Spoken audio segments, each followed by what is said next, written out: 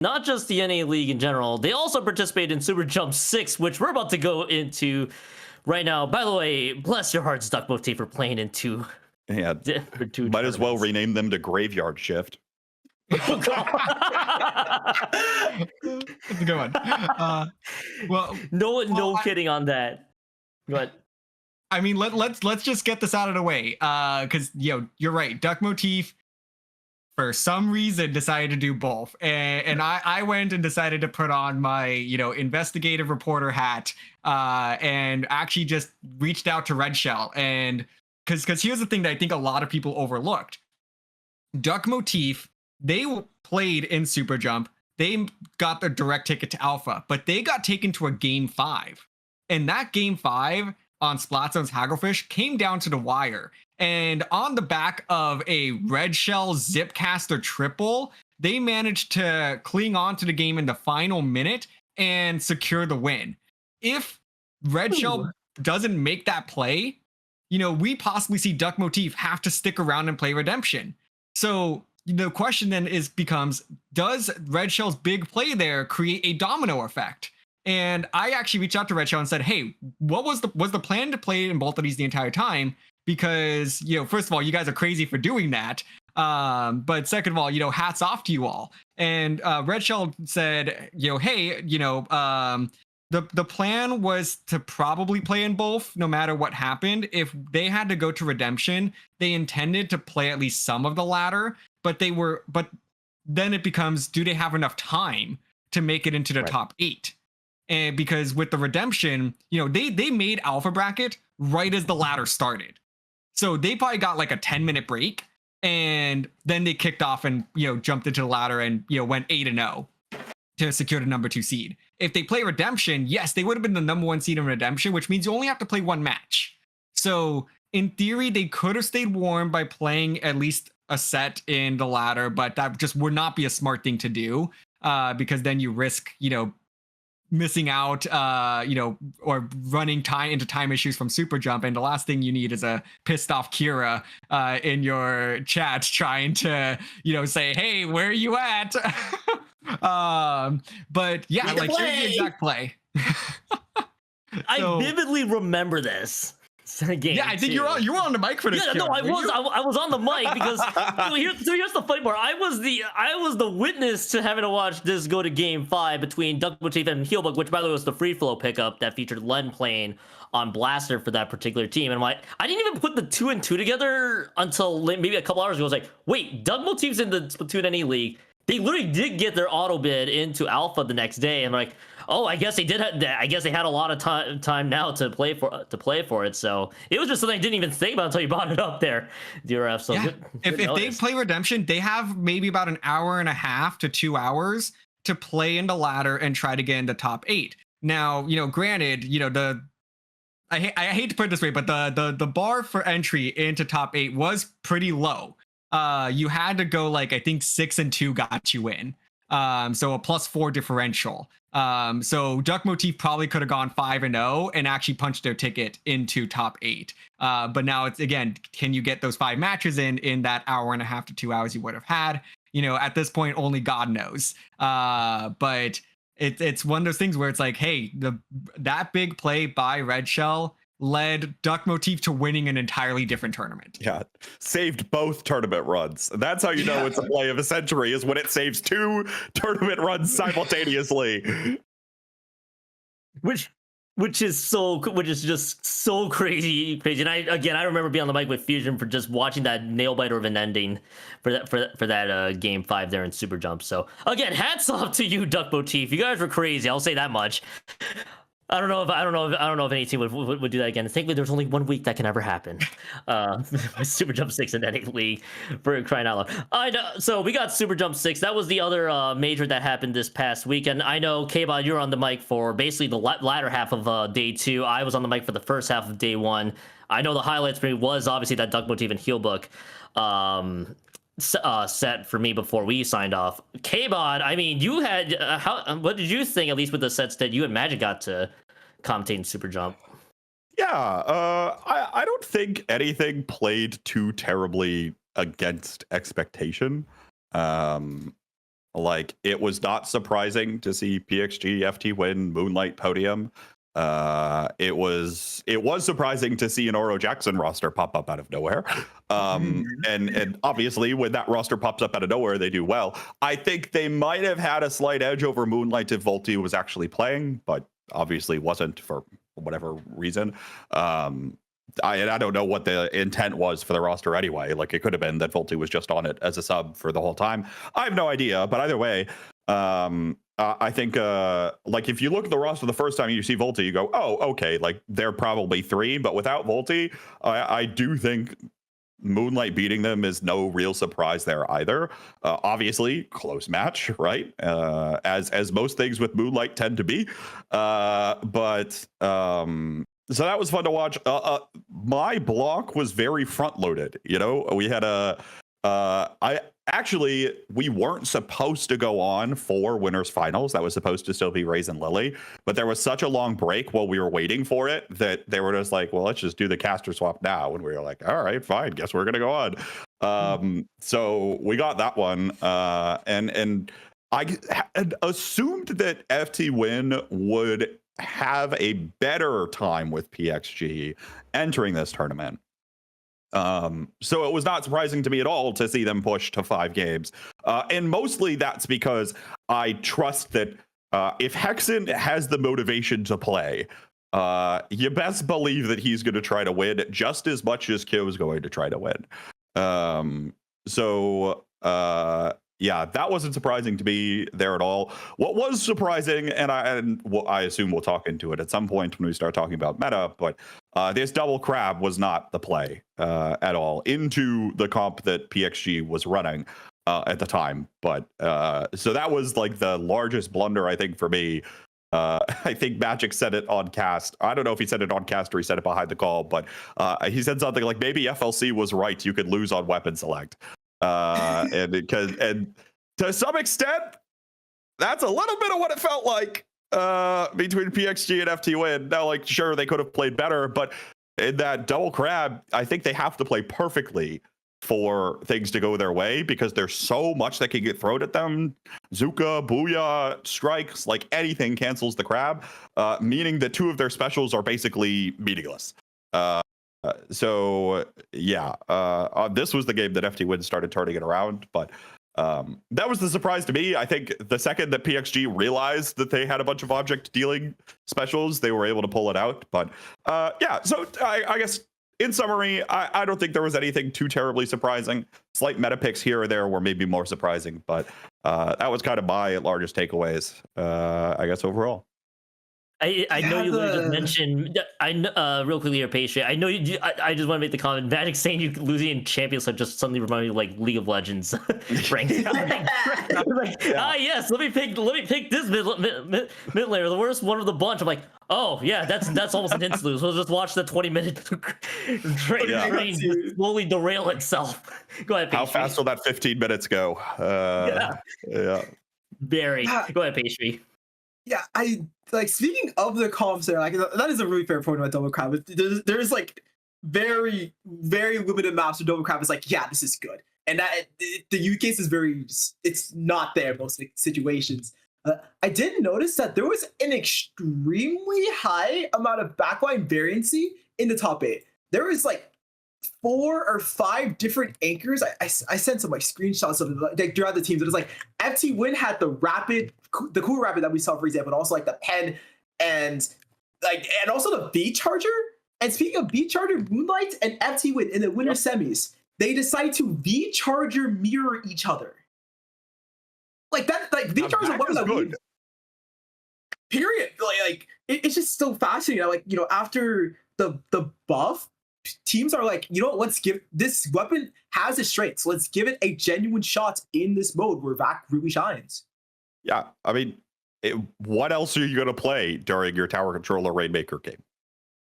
Even clams, right? In some use cases, you can make the argument for VAC because now it's, I mean, it looks, I suppose I don't have enough experience on it to actually say this definitively, but it looks like it can never be overloaded at this point.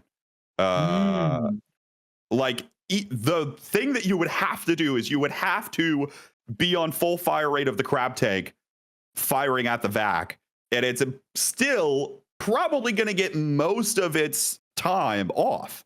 So you're still going to be able to protect whoever's sitting in front of you. And I think in that way, you know, if you're thinking about having a dedicated charger player at all, a vac is certainly an option that's worth considering. I loved this look from Moonlight as well, to that point. I made the comments to a couple of them after Riptide that I was like, the more that I watch you all, the more I doubt that a tent umbrella composition is going to be able to break, you know, the threshold that they're going for. I think this leader comp or like leader slash charger or what have you has real potential to do incredibly well once they kind of get things figured out. Like if they said they played it basically after like a single day of practice, and obviously it was enough to get them game 5 over Oro Jackson to get third, but this, I think there's not been a better time to be a Moonlight fan. With the league coming out and with Charger happening, Moonlight fans are definitely going to be enjoying what they see, I think, coming up. One thing that kind of struck out to me was exactly your point, was that they usually always had the Tenebrello. Shadow was definitely on deck with that, and then I saw Shadow switch to the Zap actually throughout, which I think was a pretty solid choice, especially with that cooler option too. They did a cooler. Yeah, which is like, well, did that change really help with their run, or did it just introduce like a totally different dynamic to what the team used to play back then? I don't know. I mean, the core philosophy, I think, is still not that different. It is, let's get Omega into a position that he can kind of just run around and be distracting like Omega usually is. And Nolan can hold down the fort just fine with whatever 96 scale you put him on. If it ends up being a Kraken, even better for us, right? And Moonlight's always been the team that has tried to stall you out more than anything else. So if you let them have control over the pace of the game, you will be miserable playing the game because there's bubbles or Tet Shield or now Kraken, you know, is even larger of a threat, I think, out of Nolan. And even in some instances, I don't know if this was played during SuperJump at all or not, but if Basil wanted to, you could play 2 Krakens, which will be even more miserable to play against. Oh no. So yeah. So, you know, you thought double bubble was bad. How about double Kraken? Good luck with that one. But I think the composition is not that far off from what Moonlight's identity already was, even if it looks like it's a big change because there's no longer a tent umbrella on it, because it can only move so fast, you know, if Basil's playing leader anyway. And a lot of the tools that they had to play their game, they're still going to have, even if they give away the tent umbrella. And the cooler's just there for added insurance on top of it. So I really don't like it's a shock kind of at first, but once you start thinking about it more, the composition from them, I think, isn't that far off from where they probably are going to be anyway. Like, again, I think it's kind of like a natural progression of what the next iteration is. And I think we have obviously seen leader comps do fine, more than fine, to say the least. Second in SWS, I think, is fine enough. So there's potential for it, for sure, and teams are going to have some adaptation strategy to it. Anything that struck? Go ahead, Pastry. It's such a great point that Moonlight, like, their biggest strength is, you know, when you're on the hold against Moonlight, you have to push into hell and back to really get back the game. And Leader does make sense with that kind of playstyle where it's like, okay, well, now instead of having to get a hold necessarily, I have a weapon that immediately, frame 0, when I am mid, I control 80 to 90% of it. I only don't control basically the flanks and some pieces of the cover. That switch does make sense, you know, with that sort of identity in mind of that more passive playstyle. And yeah, I just gotta shout out, like, I also like similar, like, Leader in general has seen a bit of a renaissance. And I do hope that the all-mode situation that we're in, like, from Turf War to all the way to Clams, like, you know, allows the anchors to be more flexible with their picks, because especially stuff like turf or humpback. Sure, like we probably won't get in a situation where we optimize turf war to that extent, but there has been some egregious comps pick that top level in humpback, and I mean egregious in a positive way. Like there, like in non-Buddy Fest, there was a semifinals match. One side, okay, so first of all, neither side had core, right? Neither side had core. One side had 2 milk refluxes, so that's 2 booyah bombs. The other side had 2 stampers with a milk reflux. So it was 2 booyahs and 3 booyahs. The other ults were striking crab. Close enough. Welcome back, Aerospray PG. It's literally a comeback. It's the Aerospray PG comeback in full force. Like the almost, meta that we're starting to enter, it really does a lot of anchors to clearly not only be flexible, but just pick some. Pastry, are you suggesting we might see more variety with all modes than we would in Splat zones only? 1000%. I remember the day Urchin was like a thing, and people were like, oh, people can swap out pencil. Yes, we're free. There's no more pencil. Yes. And now it's that situation times 5. Plus the fact that there's like such a the fact that there had to be some community talk, because like we know how the community was so involved in like the day that the NA League got released. There's so many people that are like, I help with this. Hey, I help with that. And I had no idea about half of them, right? But there had to be some kind of like, hey, you need to include Urchin. Because if there's Urchin, it's so nice for the meta. Maybe there's new map symptom, but like. So I'll very slightly peel back the curtain. I'll have to be very careful with what I say as well. The people that made those tweets do not have any decision-making power with the sponsor of the tournament or the decisions with which the tournament is run on. Oh, okay. So yeah, there's not any of that. There's no collusion, Splatoon Illuminati kind of thing here happening. Let me shut that down real quick. Yes, okay. And for that matter, when you see the community people that are helping out in help desks such as myself, we are there to run the tournament. We are handed the rule book and say, run the tournament. And we say, yes, sir. And we run the tournament. We are not, trust me, if it were up to us, the Splatfest T rule would be gone by now. Well gone by now, but it's still there in the rule book.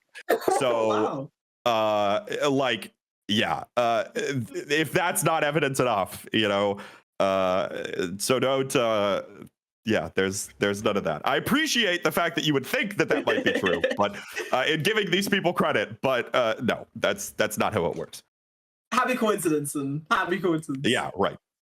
Imagine Splat Zones only in tournaments down in Splatoon NA League. We would be entering a very odd time. TCS would have to have Triggerfish be introduced in Splatoon 3. Yeah, well, we'll have to ask the admins if we could counterpick to Splatoon 2. Yes, please. The Kbot, consider this our official petition. We're sliding it across the table.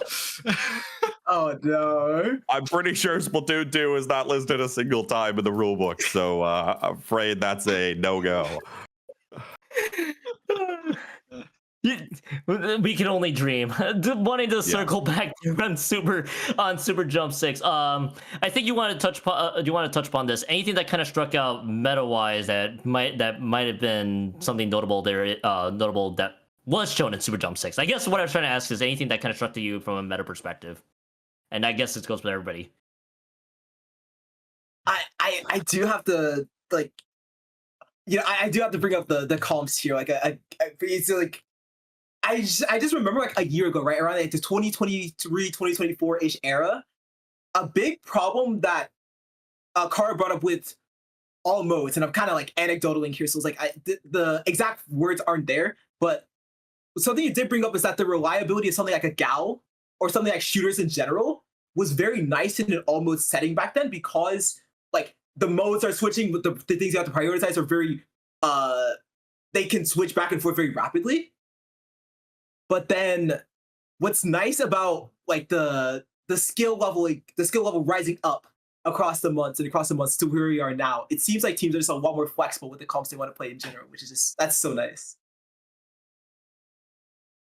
It brings a tear to my eye to see the amount of weapon diversity, because I think that's where people always get sick of, you get on those tirades on Blue Sky and Twitter, whatever, about like, oh, the meta sucks because it's, the meta is play these 4 weapons and win the game. But Splatoon, in my opinion, has always been, more than that. You have to get creative. There's just so many weapons in your arsenal, like that there's always going to be something you can cook up. But the fact that I forget who it was that put out the graphic of here are the compositions most used by the top 4 teams, and only 1 weapon was repeated. Like, it was a pencil. Shocker. Yeah, it was a shocker, but like, it's like, honestly, It was only I will repeated take once. that. Yeah. Like, I will take that. Like, holy smokes. Like, are we at a point where we actually have a healthy meta where anything, well, not anything, if someone brings up the YouTuber, then we'll have a series of other questions to ask, but there's a lot of viability here. You are going to get teams that will specialize in certain weapons. Go ahead, Kbot. Yeah, I mean, it's here we go again. Kenneth talks about his identity theory again, but like teams need an identity. Okay, we just talked about Moonlights, right? PXG is probably the most standard identity, I think, across the board. But when I reflect back on Riptide and watching that from the commentary booth, in my opinion, the reason why why am I blanking on that? Frozen Pro didn't work for Kyo was because Kyo is inherently tasked with being more aggressive, whereas on Milk Duds or Milk Duds, Milky Way, Voie Lactée, whatever it is. Yeah, whatever it is.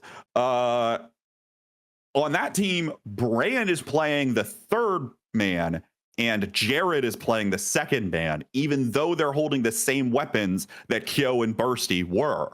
And that dynamic changes how each weapon interacts with the game and interacts with their opponents.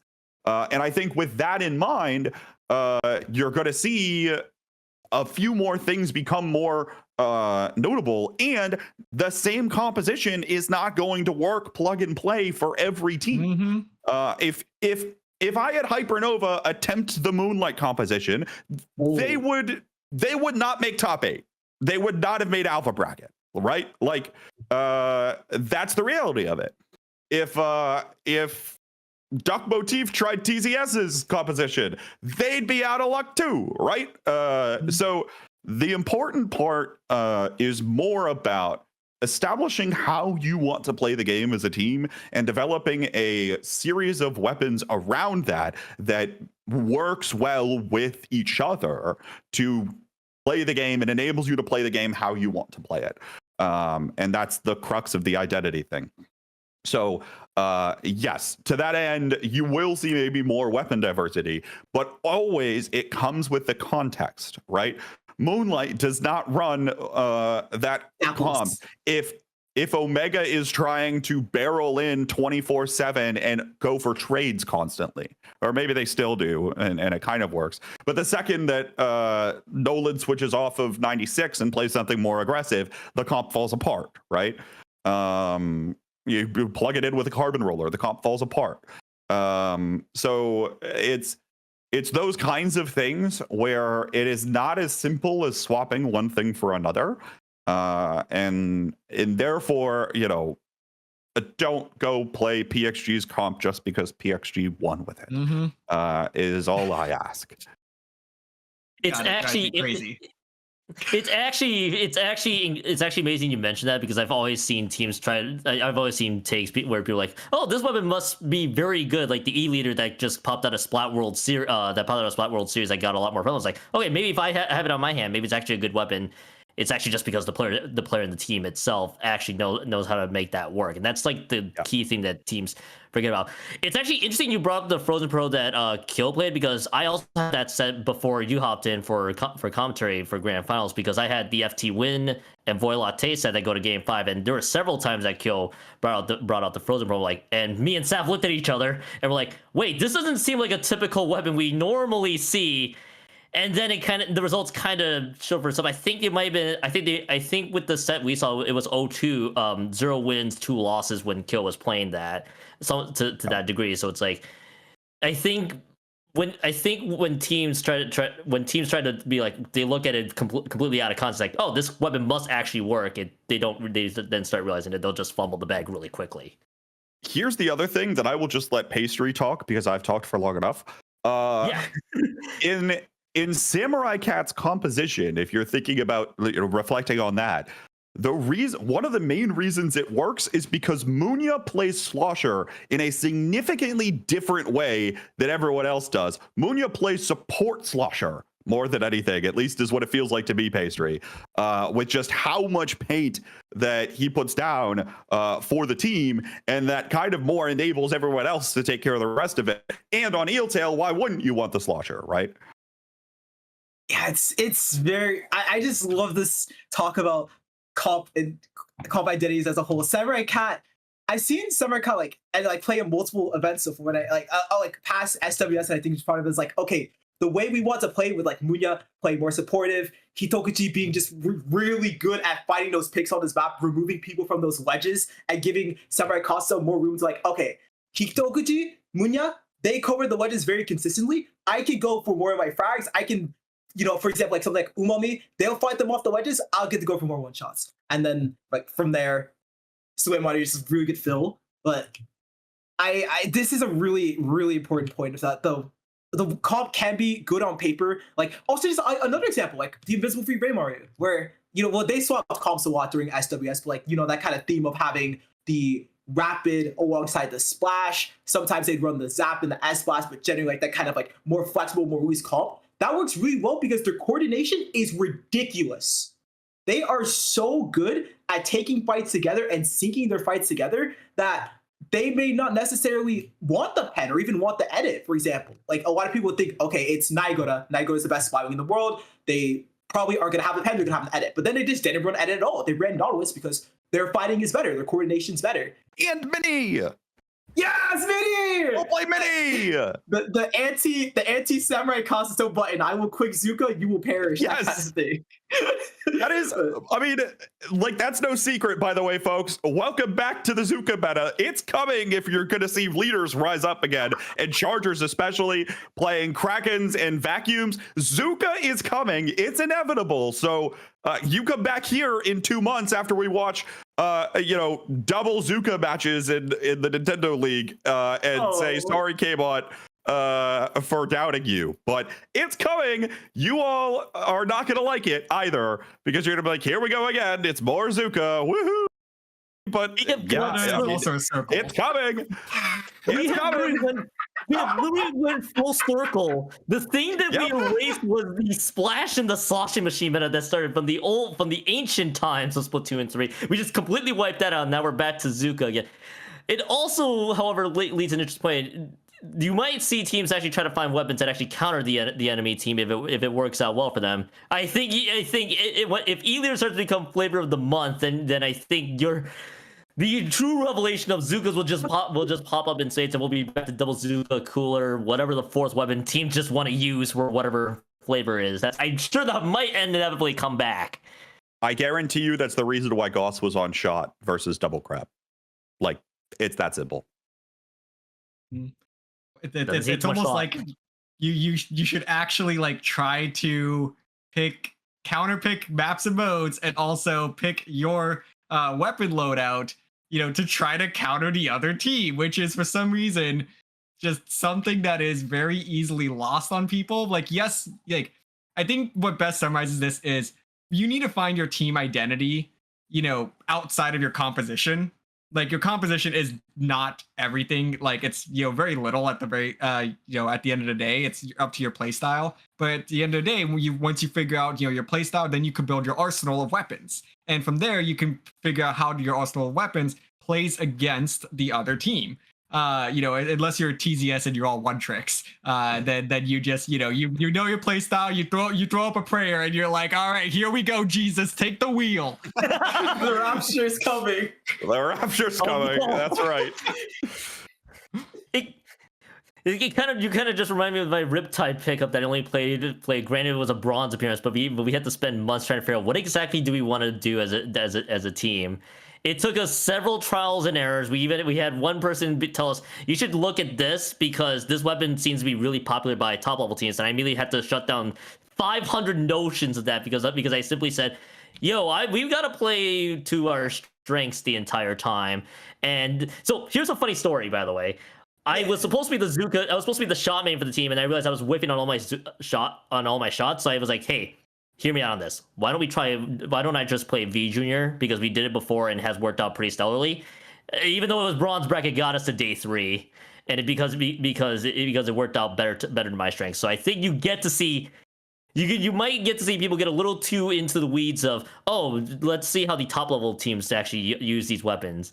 But what do you want to say? It won an area cup, so it must be good. Yes. You have no idea. Try stringer You top have no board idea. alongside Corliss. Corliss is now meta. Actually, We all have glasses. So we can all push up at the same time. I don't have glasses. I'm missing out.